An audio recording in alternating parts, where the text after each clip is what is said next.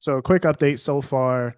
When you're looking at today's PPI data, came out massively higher than expected. And then along with yesterday's CPI did, let me try to see if I have it here.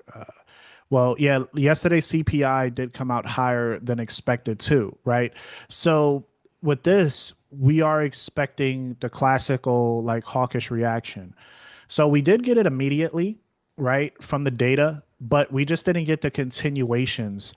Kind of looking like yesterday's reactions, where we did get the pullbacks, but yesterday pullbacks was a lot more in the opposite direction. Today, the only problem I could see is that Trump is at China, and the market is probably going to be expecting optimism from that. I still personally expect the markets to care more about the inflation data, but lately the markets has been more focused on feelings, right? So if they actually feel that this meeting is going to go well with China, that's just going to boost the stock market anyway, right? Even though we got higher inflation, because inflation is what really impacts the economy. But when it comes to businesses, they're still making their money, right? So that to me could be the issue.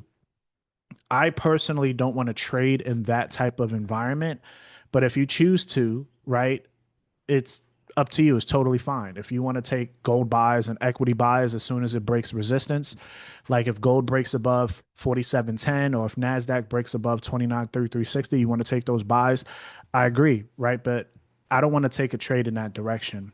Like I want to focus on inflation and I want to see if this inflation print will push the dollar higher because that's the real story. Because if the dollar is not rising, then it's kind of showing us the markets is not really focusing on an inflation print, which would be odd, not just for me, not just for you, but it'll be odd for everybody because it wouldn't make sense. So that's why, like, even if the moves don't happen and it happens around 11 or 12 or 1 p.m., then we see stronger dollar, weaker gold, and weaker equities. I would still look at that. I would still take that market reaction in that direction, unless we get a headline that kind of shifts the markets, right? So it's good to wait. It's doing the same playbook from yesterday, which it waited, right? It didn't react immediately. It gave us pullbacks for the first hour, and then an hour and a half in, that's when we see the reactions. But now, right, at least if you're taking the gold sells, it will be below 3680.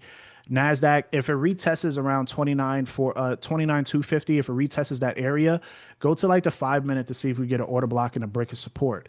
US 30, if it starts breaking back below 49 550, right? That's a good area. Gold, a dollar, we want to see a break above 98.6. That was set up to sells for Euro USD to stay below 1.16900. We want to see the yields and the dollar rising.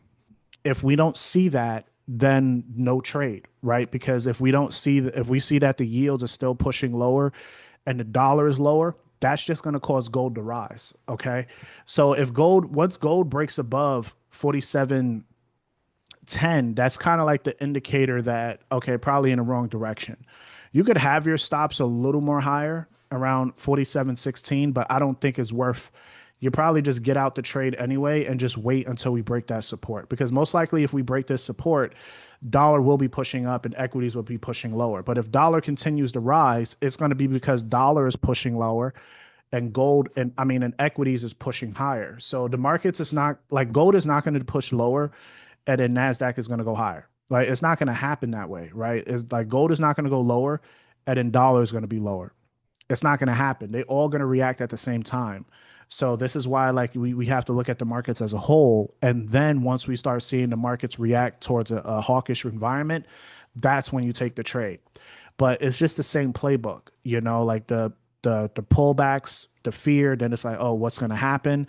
And then the markets do give you that reaction. So take that trade because it's the most easiest. The reversals only take that if we get like anything positive from China, anything positive for Iran and the Strait, right? Those are like the two things to really focus on.